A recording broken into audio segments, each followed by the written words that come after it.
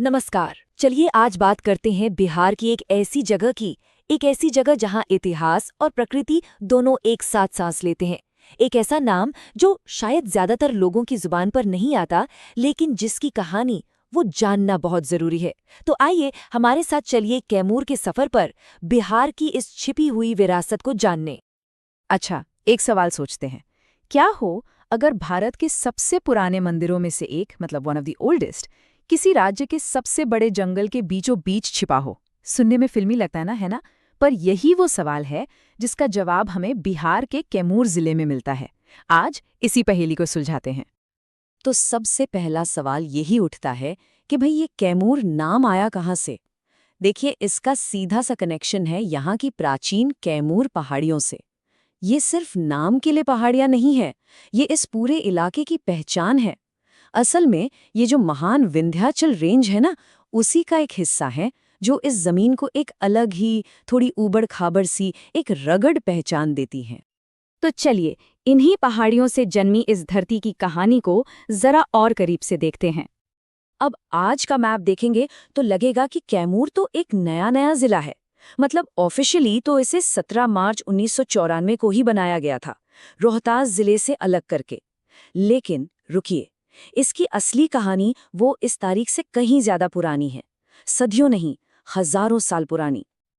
तो फिर देर किस बात की? चलिए टाइम मशीन में बैठते हैं और सीधे चलते हैं अतीत में, उन पुराने साम्राज्यों की गूंज सुनने जिनकी छाप आज भी इस मिट्टी पर मौजूद है।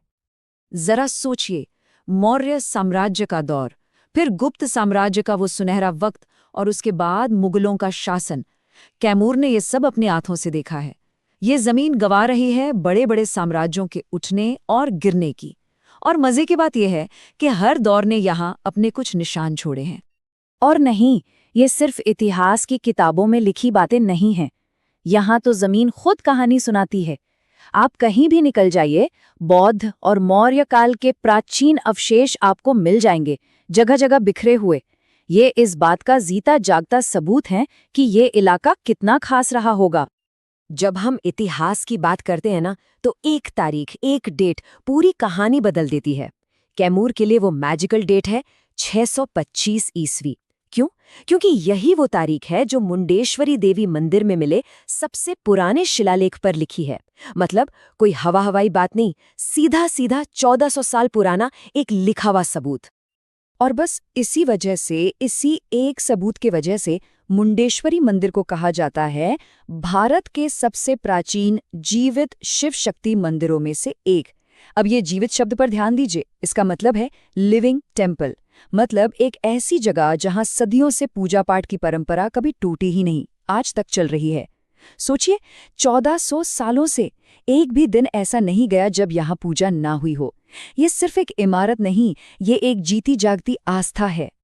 तो इतिहास की ये गहरी परतें तो हमने देख ली। अब चलिए कैमूर के दूसरे पहलू को देखते हैं, इसकी कुदरती खूबसूरती जो इसे बनाती है बिहार का वाइड हार्ट। कैमूर की जमीन, आप समझिए, एक सिक्के के दो पहलुओं की तरह है।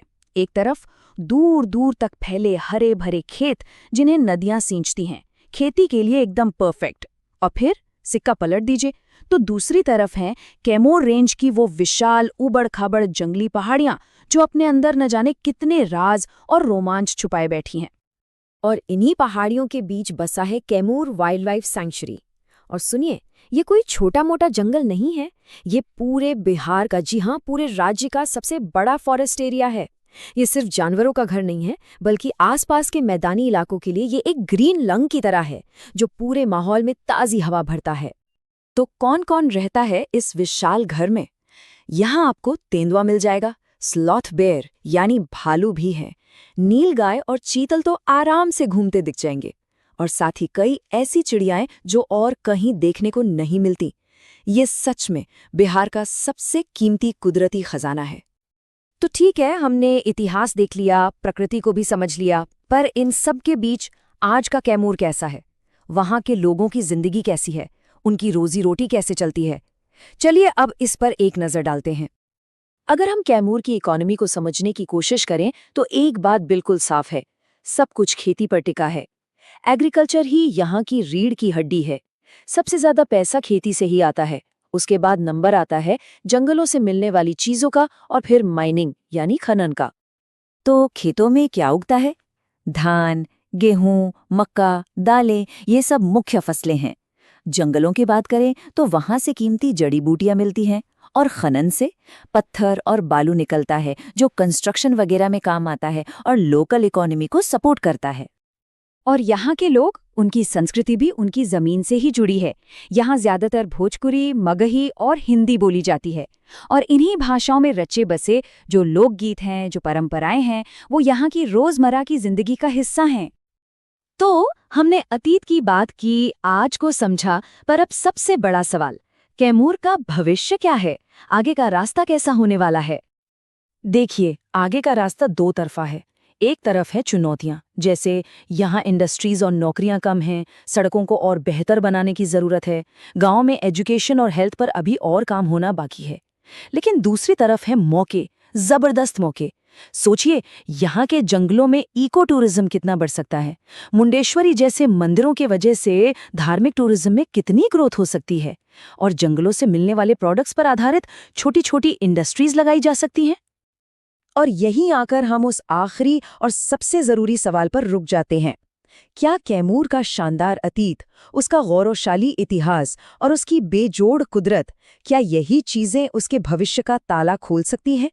क्या इसकी विरासत ही इसकी तरक्की का नया रास्ता बनेगी? ये वो सवाल है जिसका जवाब ही कैमूर का कल तय करेगा।